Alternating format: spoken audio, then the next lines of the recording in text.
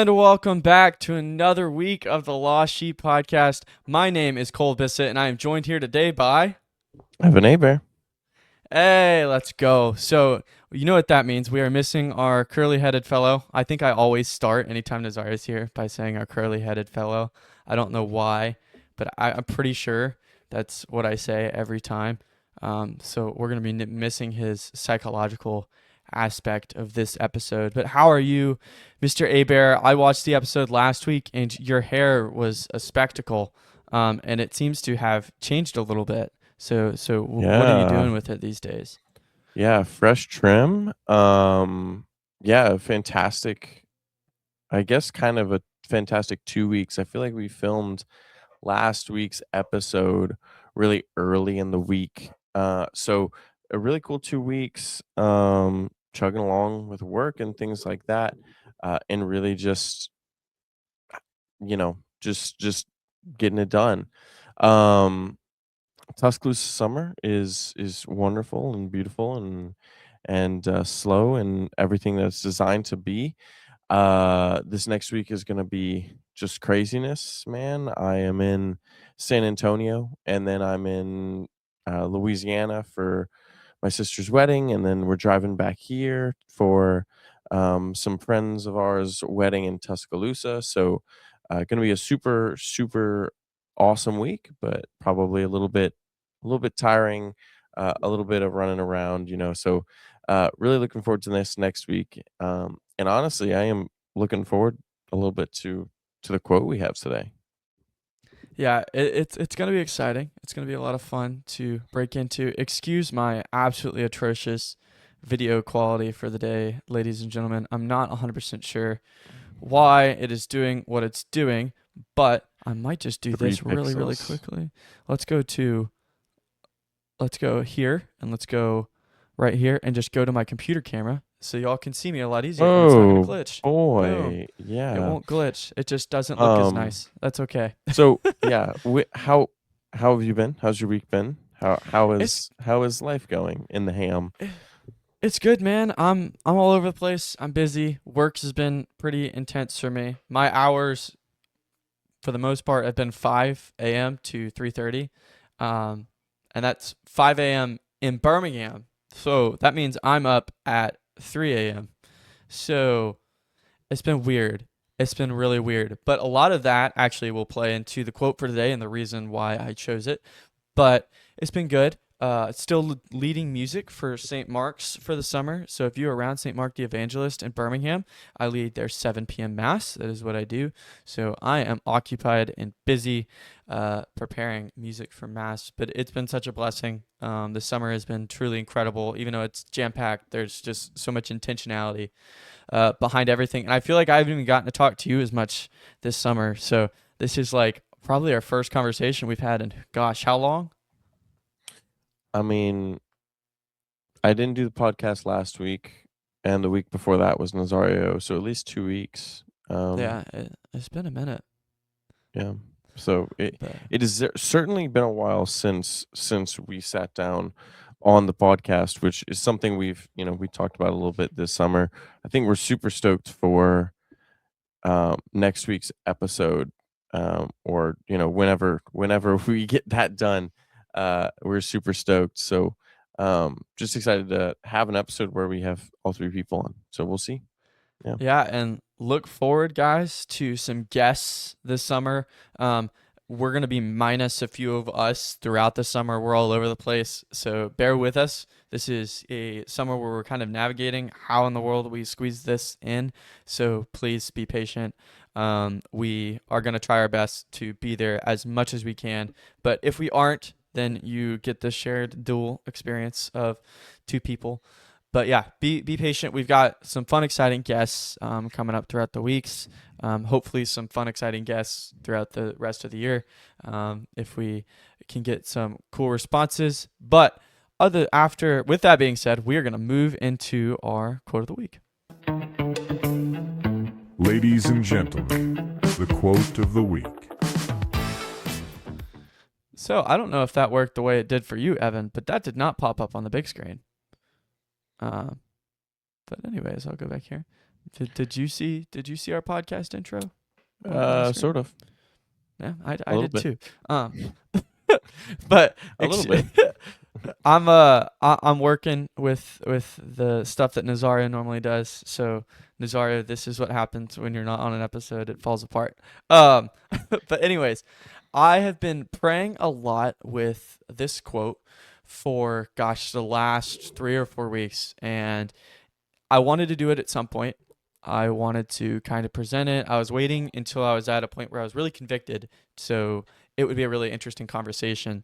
But the quote for this week is, "What is right is often forgotten by what is convenient."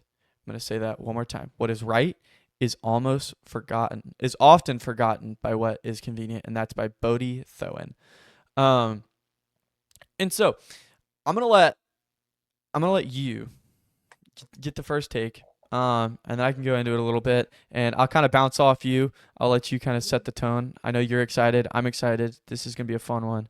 But why don't you have a first crack there? Yeah. That's so generous. Um, I think that my first thought is, and I think a lot of us probably have this first thought reading this quote the first time is, well, yeah, of course, right? It's kind of one of those quotes where you're like, we hear that a lot. Like we hear this suggestion, this mantra a whole lot when we go through our lives, especially, you know, when you're practicing any faith. Uh, but the two things that stick out to me is A, what does convenience mean for you? Right. And so we're gonna get into that. I want to get into that a little bit, and I'll do the Colbus and pull up a definition there. Ooh. But then what does it mean for something to be forgotten? Right? When we talk about the word forgotten, I think it can have a lot of different intonations, connotations, maybe is the word, connotations. For example, if I forget something, say a problem on a test, right? Like I forget the answer to a question on a test. I know, or I may know what that thing is, but in that moment, I can't remember it. It's not that I've forgotten it permanently, I've just forgotten it in that moment. But there are other things where we talk about, forgotten languages or forgotten cities or forgotten names of places where they're forgotten because people don't know them. We don't know what they are. We don't have that information anymore, right? So, what is the context of forgotten here, right? Is forgetting what's right, is that in today's society something that we've lost, or rather something that is present, but rather we fail to remember it at the necessary times? So Mm. those are my first two thoughts on this quote. So I'll toss it to you, and I know you have a completely different direction. So this conversation may be very fractured, but we will tie it in. So give me your first thoughts and what you thought here. Yeah, I don't know if I necessarily want to take it a completely different direction or not. I love the way that you're presenting this, because I think it's 100% um, factual, in the sense of there is so many ways you could take this, right? You can apply it in this direction, you can apply it in that direction, but what's important right now is a lot of the reason that I think Evan is thinking about the way that he's thinking about it is because a lot of the society and the problems of society today are kind of based around this quote. I think we are so focused and so caught up on convenience. It's, well, how does this benefit me?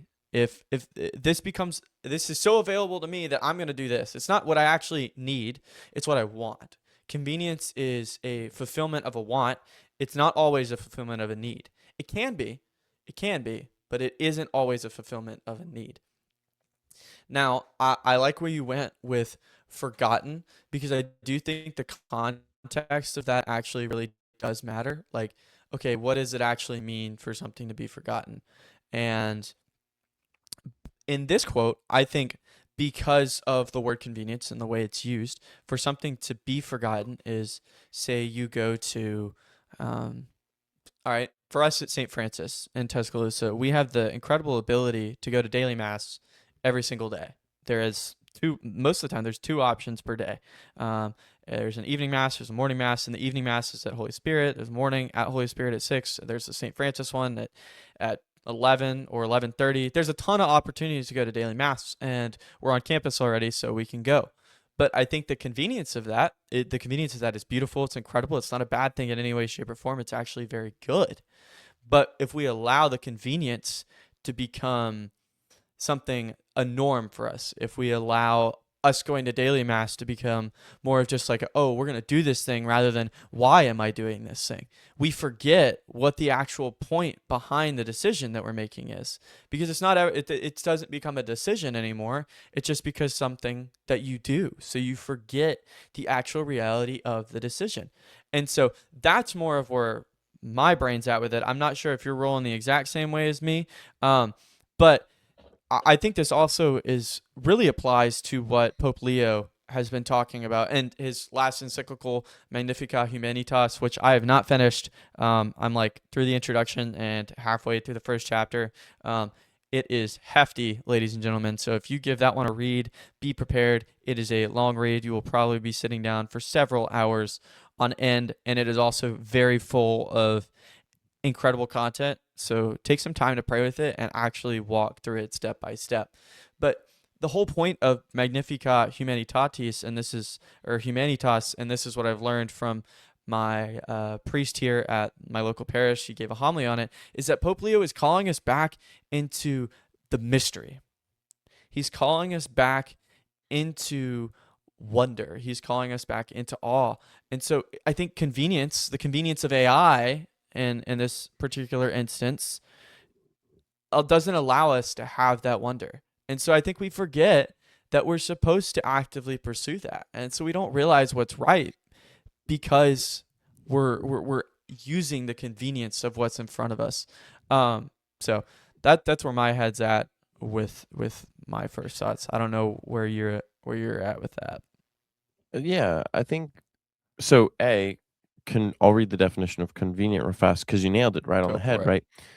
It describes something that is easy to do, well suited to your needs, or adds to your personal comfort by saving time and effort, right? So really, like either it's easy for me to do, it's well suited to what I need to do, or it's something that makes my life comfortable and, makes me not have to work hard for it. Ooh, can I And ask you a so, question about that real quick?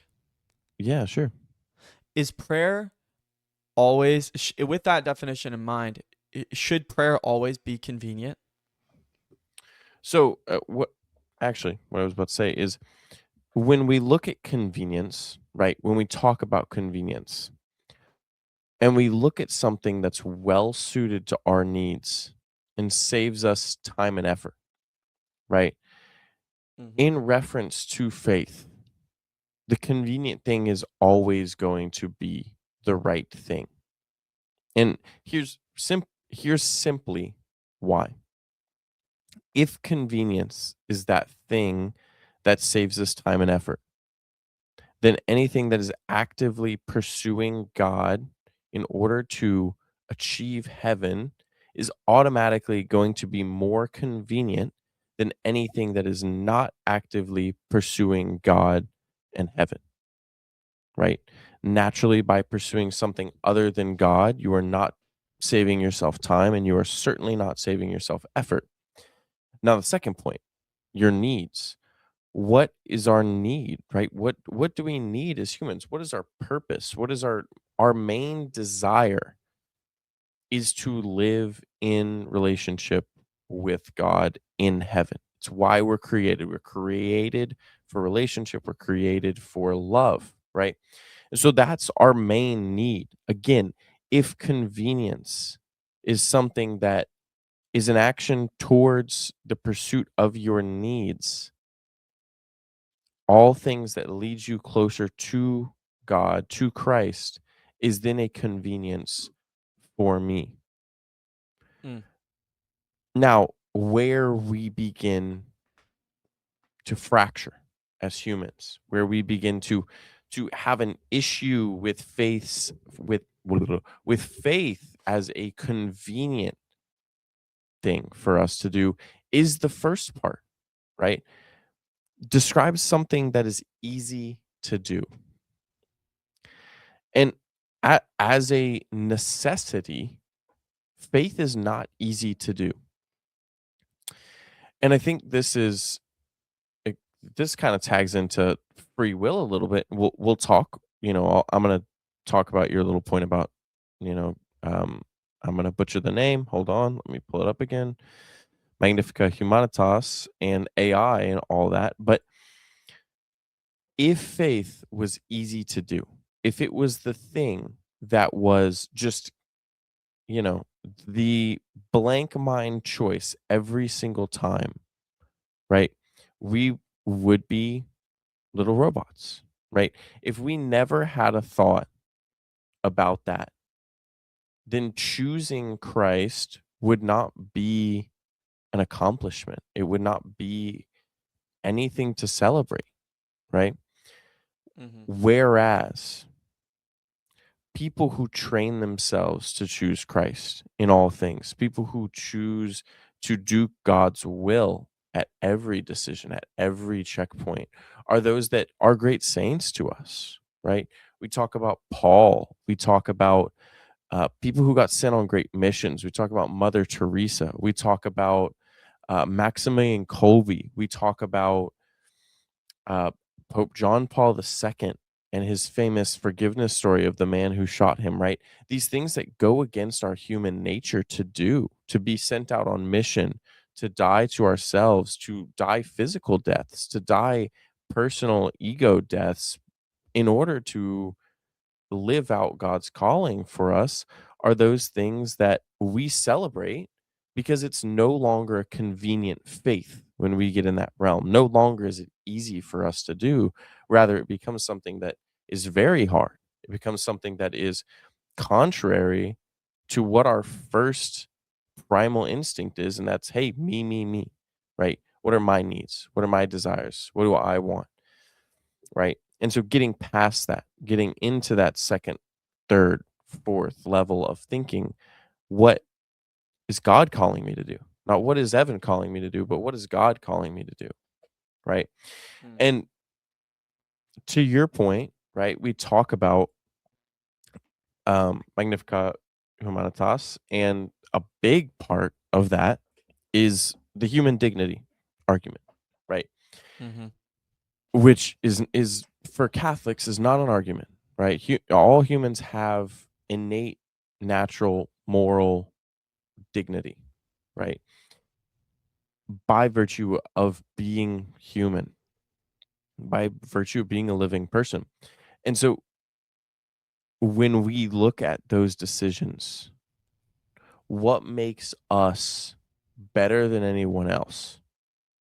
When I sacrifice for someone, when I give to someone else, when I share the gospel, when I serve someone else, why does that go against anything that Christ has created us for? Right? We think that's such a great thing. Like I said, we think that St. Paul and Mother Teresa and all these great saints, all these people who were called to do something fantastic, and that's just Christ living his life in them.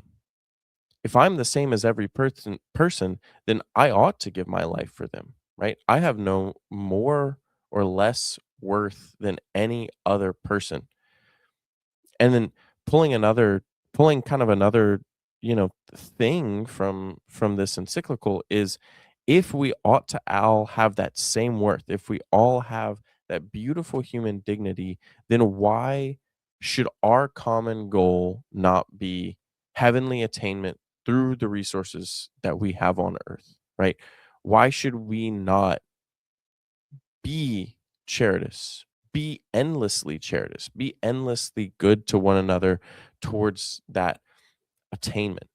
Um, And then lastly, to round off this whole long spiel that was put on, and I hope I've answered your question, but that was put on by your simple comment. Man, I'm so tired of talking about AI. I'm so tired of talking about AI. And it's one of those things that um it's like a grenade. It's like a grenade. Um AI is important. I'm never going to treat a grenade like it's not an important thing, if I got a grenade in my room.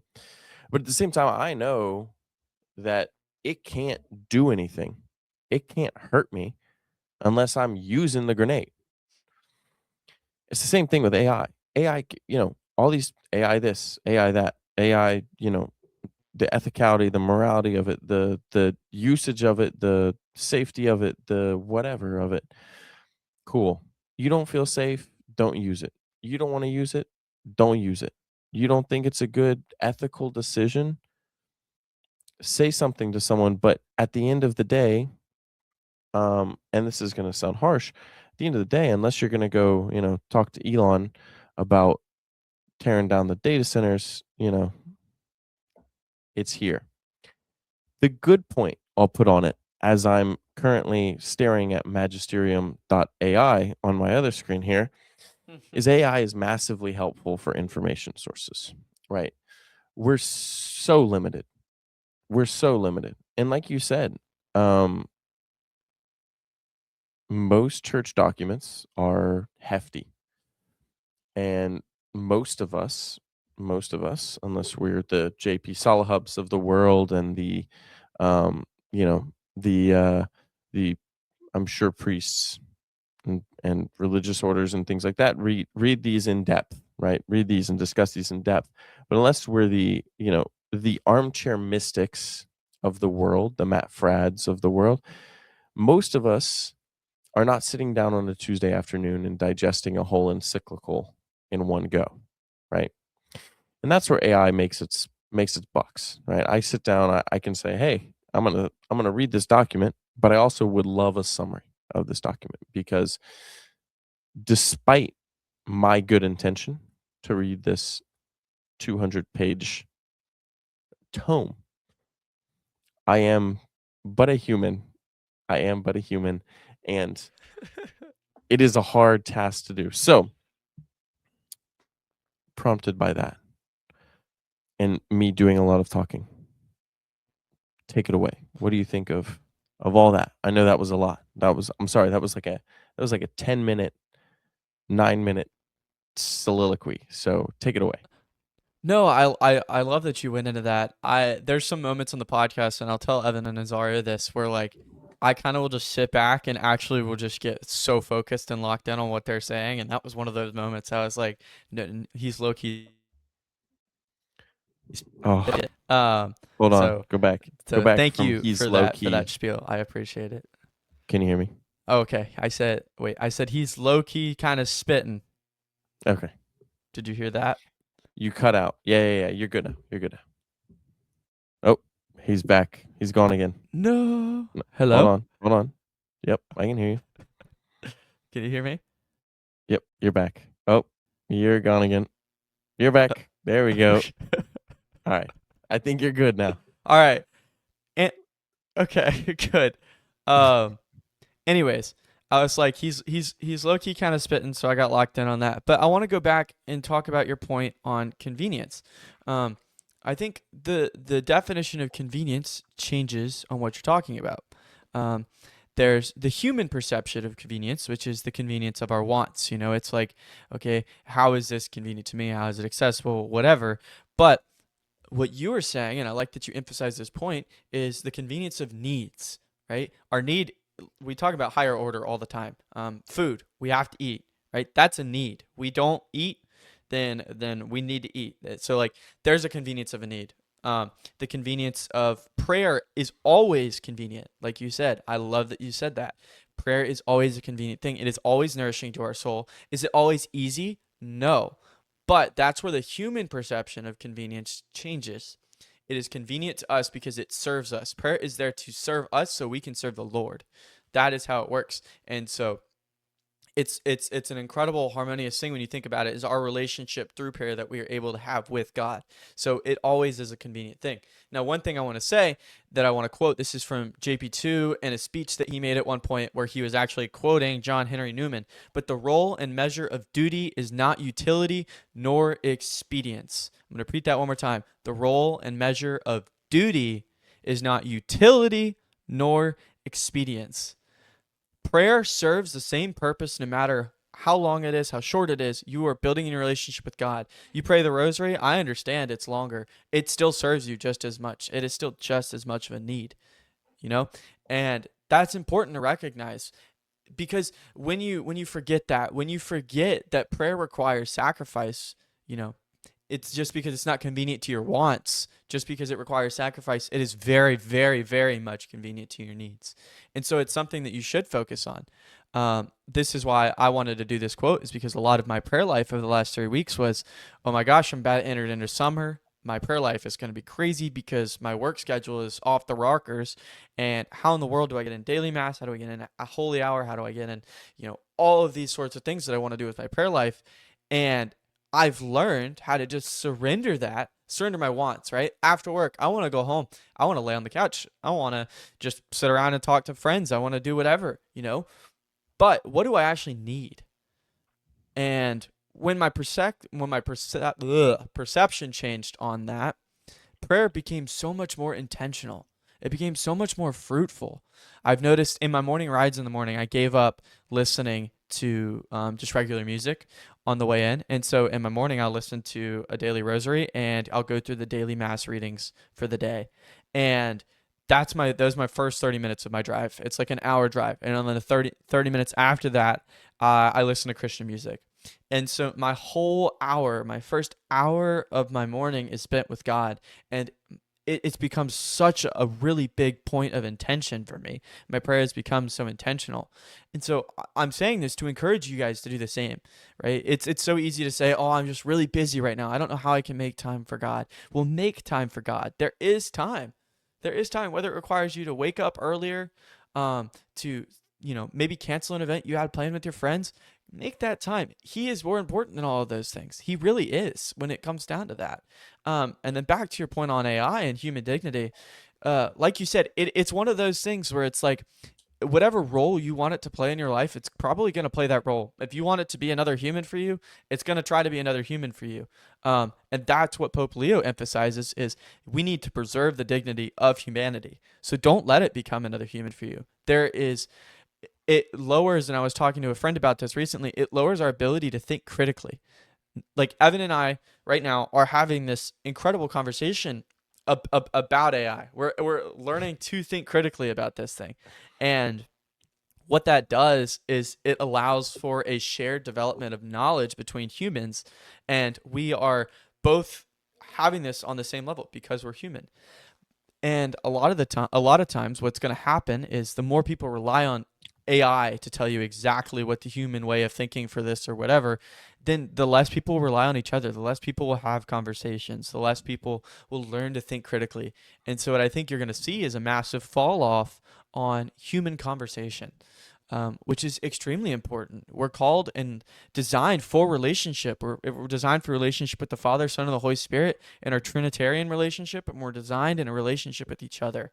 And that is just as important. So I'm really glad that you brought that up. But like he did say, there is utility in AI. There's a healthy way to do it. That is up to you for your own moral discernment of how much you let it become an idol in your life. For me, it's like the way, for example, ways I use it is when I'm creating a music sheet. Say I'm creating a music sheet and I'm like, I'll paste the lyrics in there and I'll like, is there any way you can give this to me in a format that I could type the chords a little bit easier? And that makes it easier on me to serve God in that purpose. Now, it's not creating anything. It's not creating any beauty or anything. All of it is still my art. It's laying the foundation for me to put stuff on, if that makes sense, to make it my art. So don't let, again, why Pope Leo is calling us into mystery, is don't let AI ruin the mystery. What AI can create is in no way, shape, form, or facet equal to the human mind. And so it's important to recognize the beauty of humanity and what what God gave us our talents for is to create beauty and to live in the wonder of what He has given us. So that's my little rundown. I love the way you laid that out. I really do, because I think it's so important to realize the value of human dignity, and to Yeah. not give AI that same level, Can you read that quote again for me? Yeah, of course. The role and measure of duty is not utility nor expedience. Yeah. So one of the wonderful things is working this summer for a Catholic company.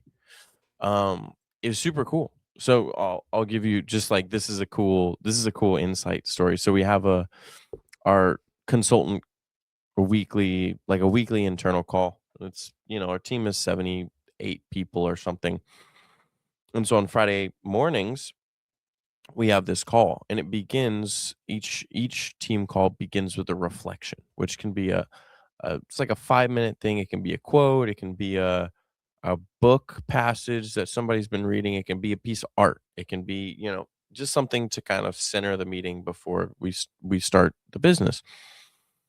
And so the cool thing about it is we're on a Friday call. I'm on my first Friday call last Friday, 8 days ago, and person finishes their reflection and they go, and now I'd like for us all to pray. And I'm like, and I was glad it was like a no cameras call, because I'm standing there and I'm like, wow, that's so awesome. Like, how blessed am I that I get to work for a company where it's cool to pray? Like this is a normal thing. But the other thing I'll say is that we have this initiative called Medical Mission at Home. It was started in Tennessee. This past May, it traveled to 16 cities across the United States.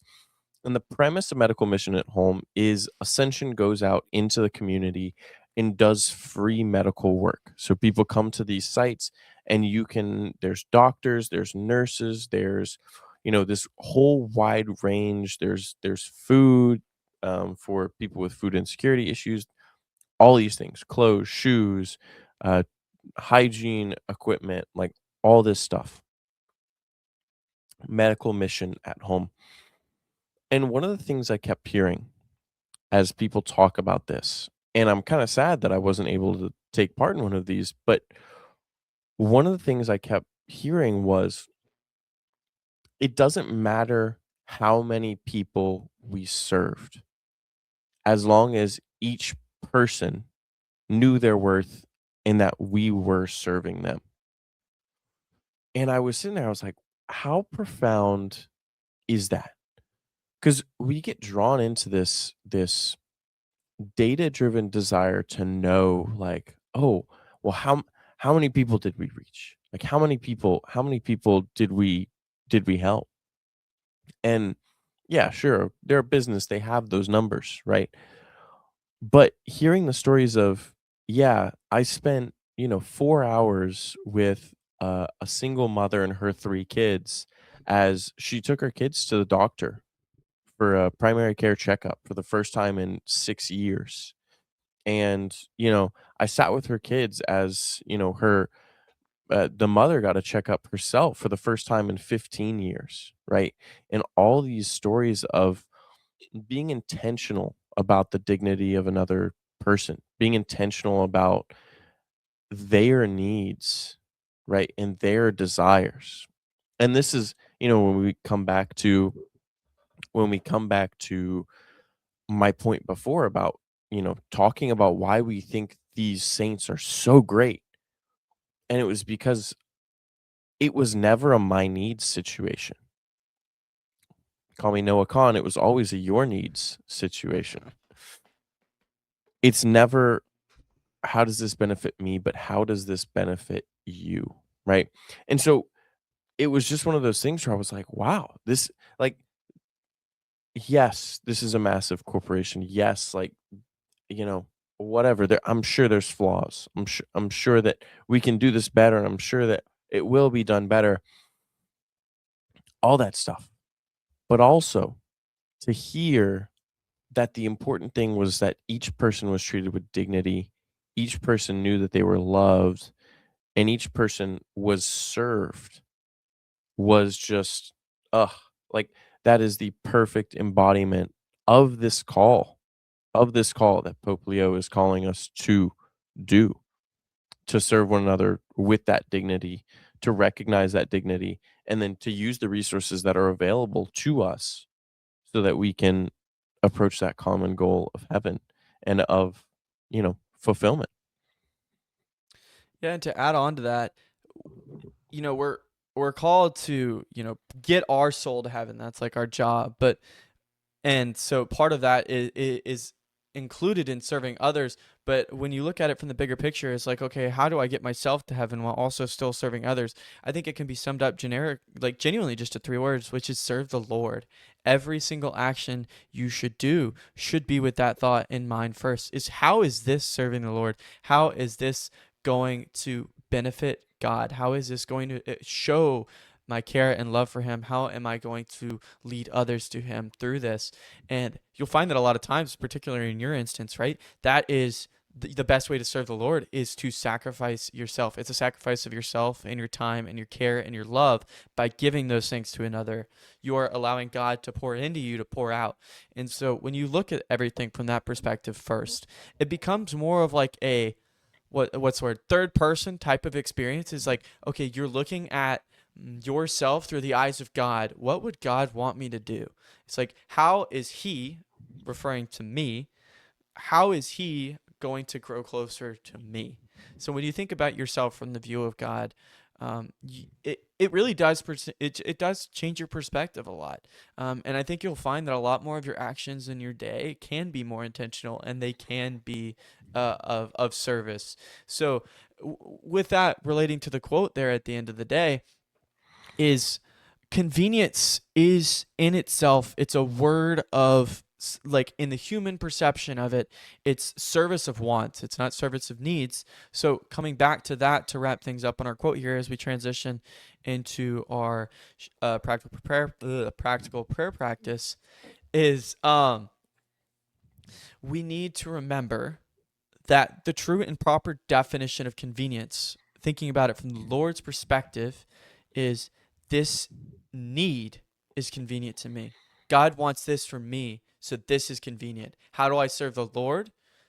That is what convenience should be. Convenience is a service of needs, and it's a service of God. So remember that. If you don't remember that, it's going to be forgotten. Like we said, forgotten in this context is extremely important because we need to remember what our actions actually do, what the effect of how much matter. So with that being said, we are going to transition into our practical prayer practice of the week.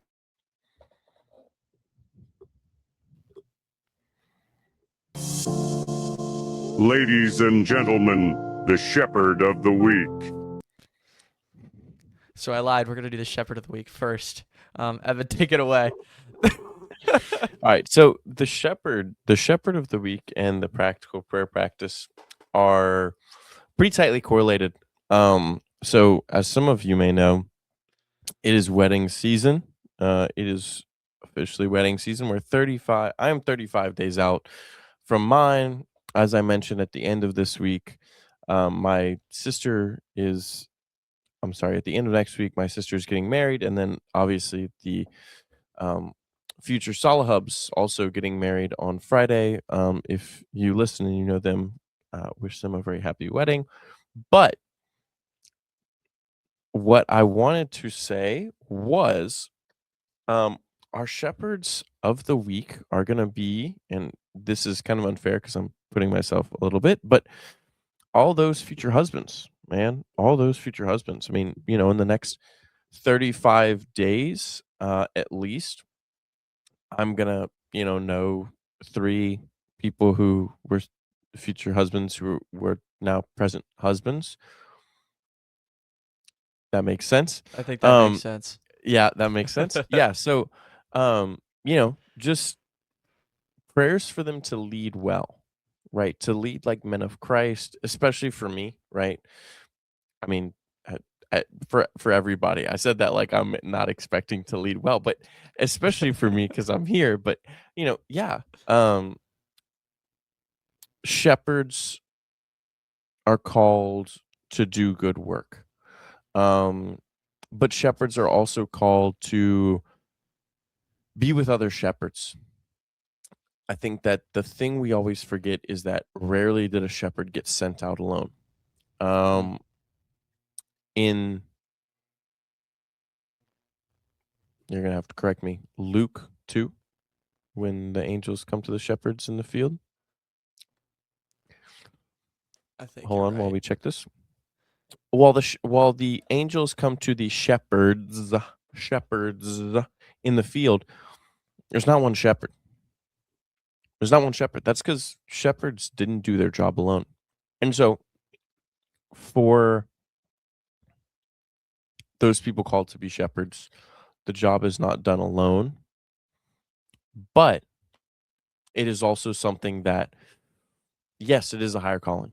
There is responsibility, there is expectation, but they need the prayers of others. They need support from others. And so shepherds are called to support shepherds as much as men are called to support men. And so, yes, our shepherds of the week are all those future husbands and all those current husbands um, that call other shepherds higher. Yeah, and this intertwines perfectly kind of with our quote for this week is they to their flock. You know, they do everything and anything they can to protect them. They are the first one to step in front of the lion or whatever it is in that sense and fight it off, ward it off. And all they've got is a staff in scripture. That's the common form of weaponry that you see, and it is a staff, and that's all they got. But they still stand in front, and knowing that the danger they face almost seems insurmountable. They don't care.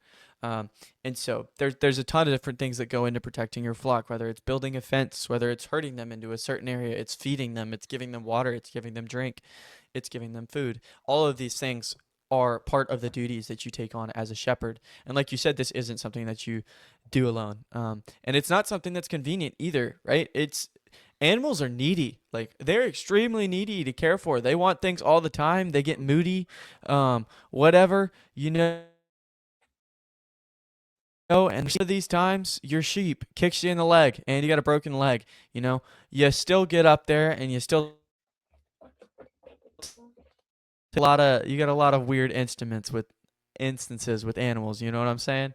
But yeah, Yeah. it's not convenient to care for flocks.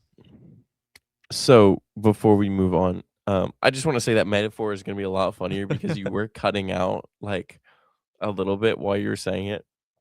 So we would get patches of like, and then you get Uh-huh. kicked, broken leg, and it was like that's how it cut for me.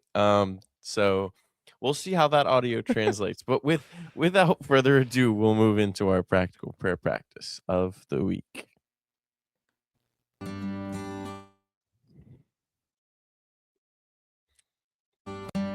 Ladies and gentlemen, the practical prayer practice.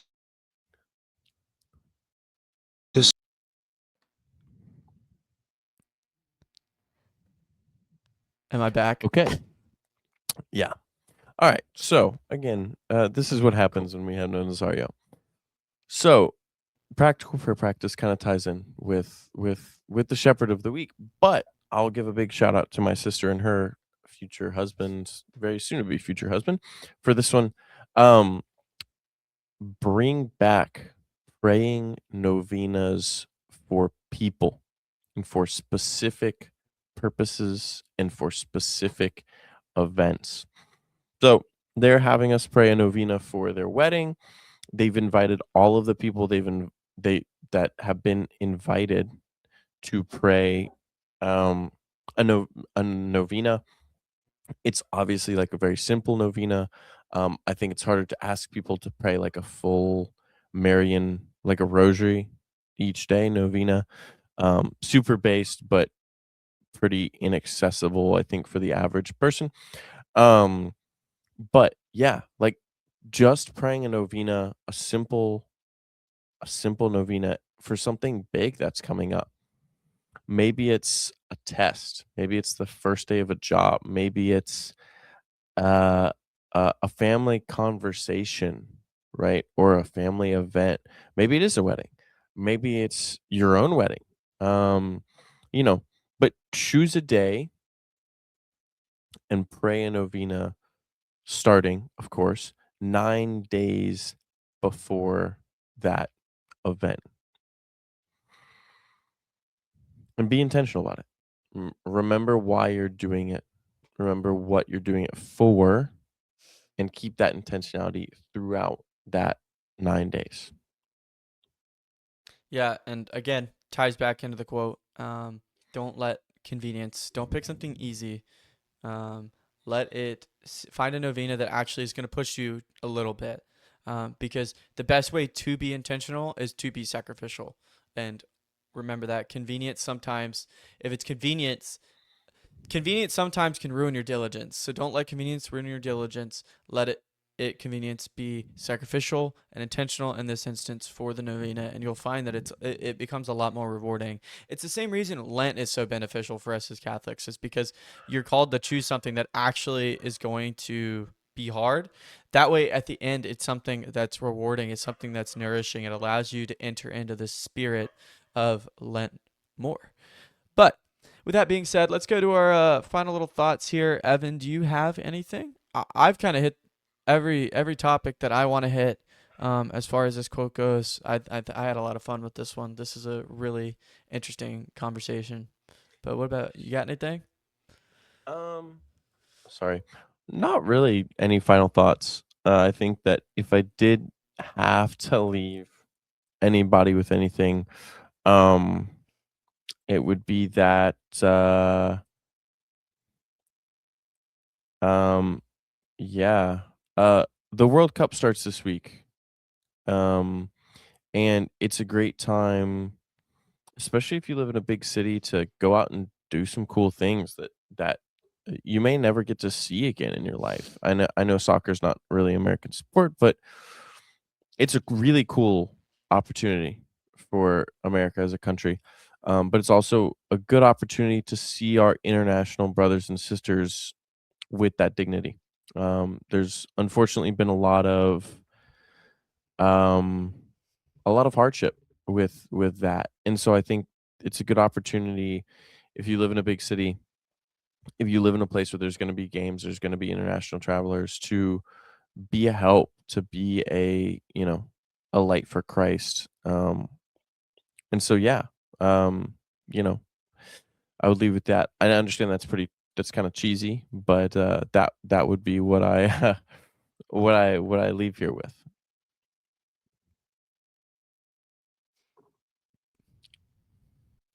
Yeah, and it's a lot of fun. So if you've never watched the World Cup or watched soccer, take some time. It's a really really really cool tournament. It's the biggest sporting event in the world, and you'll never see more passion from people than you will see in a World Cup game. So just take some time to watch it. It's a lot of fun. One other thing that I would be absolutely distraught if I didn't mention is this Sunday is Corpus Christi.